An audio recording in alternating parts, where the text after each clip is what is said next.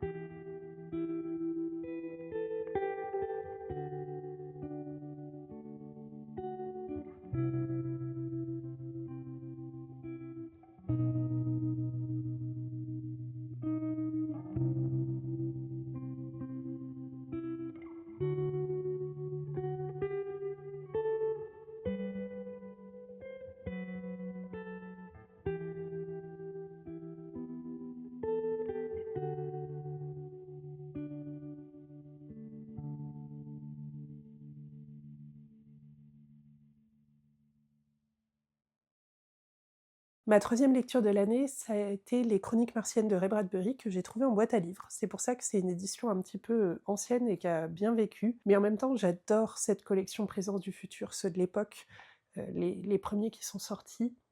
Je trouve les couvertures magnifiques, j'adore ce vert. Elles sont un petit peu rétro, un peu kitsch, hein, mais elles me plaisent bien et puis en plus, c'est les livres qu'il y avait beaucoup chez moi quand j'étais gamine, du coup, j'ai un peu de nostalgie avec et il se trouve que malgré le fait que j'ai lu beaucoup de science-fiction, des débuts de la science-fiction, celui-là m'avait, échappé, j'étais passée à côté. Du coup, j'étais contente de pouvoir, rattraper ce petit manque à ma culture et je l'ai pas regretté du tout parce que j'ai pris une baffe monumentale. Les Chroniques martiennes, qu'est-ce que c'est? C'est un recueil de mini-nouvelles, certaines font même pas une page, qui se passent tous dans une même chronologie, dans un même univers, et qui racontent d'abord des expéditions de terriens vers Mars et de rencontres avec des martiens, je vous spoile pas, hein, c'est sur le titre, et qui ensuite parle des évolutions, des rapports entre terriens et martiens et finalement une forme de conquête. En fait, le voyage spatial, la colonisation, les expéditions et les martiens sont juste une excuse pour nous parler de la nature humaine sous toutes ses facettes. Et il y a des facettes extrêmement belles, extrêmement poétiques et extrêmement touchantes, mais bien sûr, il y a aussi des facettes qui sont glaçantes. Et malgré le fait qu'aujourd'hui, ce livre, les dates dans lesquelles il se passe sont dans notre passé et notre présent, les dernières nouvelles se passent en 2026. D'ailleurs, on voit que sur la couverture, la pendule indique année 2026. Ça reste extrêmement juste et extrêmement présent et extrêmement contemporain et glaçant aussi de voir que il avait totalement compris la nature humaine dans ses plus beaux côtés mais aussi dans les plus sales et les pires et vraiment j'ai adoré lire ce livre même si je dois reconnaître que je suis plus habituée à lire de la science-fiction de l'époque qui est d'un langage un petit peu plus soutenu que ce à quoi je suis habituée aujourd'hui, mais vraiment, je regrette pas du tout de m'être accrochée et de l'avoir terminé. Ça vaut le coup, et puis en plus, je vous le recommande vraiment si vous n'êtes pas habitué à lire de la science-fiction un petit peu plus ancienne, parce que le format nouvelle très courte comme ça fait que c'est plus facile à lire parce qu'on n'a jamais des chapitres de 70 pages. Je trouve que c'est plus simple de s'accrocher parce qu'on peut très bien se dire je lis 1 ou 2 pages et j'aurais lu une nouvelle complète, donc c'est plus facile je trouve. Enfin bref, vraiment je regrette pas du tout ma lecture et je suis très contente d'être enfin tombée dessus et de l'avoir enfin lu.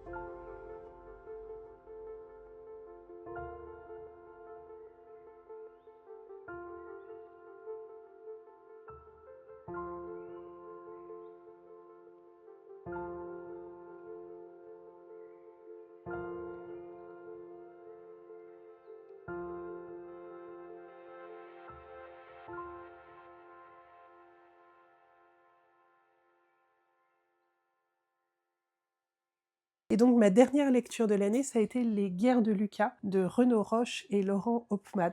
Et donc c'est une biographie de George Lucas, qui est le créateur de Star Wars, qui est principalement centrée sur les coulisses de la création du premier Star Wars, entre autres sur les problèmes de financement, les problèmes de tournage, le casting, etc. Je suis pas une fan de Star Wars du tout. Je les ai tous vus, promis. J'ai beaucoup aimé Rogue One, mais je suis pas très sensible à la manière dont la trilogie originale a été montée. Je suis désolée, je sais qu'il y a plein de gens qui trouvent le montage extraordinaire. Moi, j'ai vraiment eu du mal à suivre, mais malgré tout, c'était super intéressant de découvrir comment ça a été tourné et comment est-ce que ça a été financé et les galères qui ont été. Et surtout, les dessins de cette bande dessinée sont absolument incroyables. La ressemblance des personnages, parce que ce soit les acteurs dont on connaît très bien le visage, ou George Lucas qui, lorsqu'on s'intéresse un petit peu à son travail, on connaît forcément sa tête, c'est quelqu'un qui est quand même très médiatisé, on les reconnaît tous vraiment bien, et le dessin est à la fois très sobre, très stylisé, mais hyper ressemblant, hyper dynamique. Vraiment, c'est magnifique. La bande dessinée est quasiment complètement en noir et blanc, avec juste des touches de couleur, d'ambiance de temps en temps. Vraiment, le dessin est incroyable, et j'ai adoré suivre les coulisses de tournage du film. C'était un super making-of, et je vous recommande, c'est une chouette lecture. J'ai pas grand-chose à en dire, mis à part le fait que c'est une très très belle bande dessinée.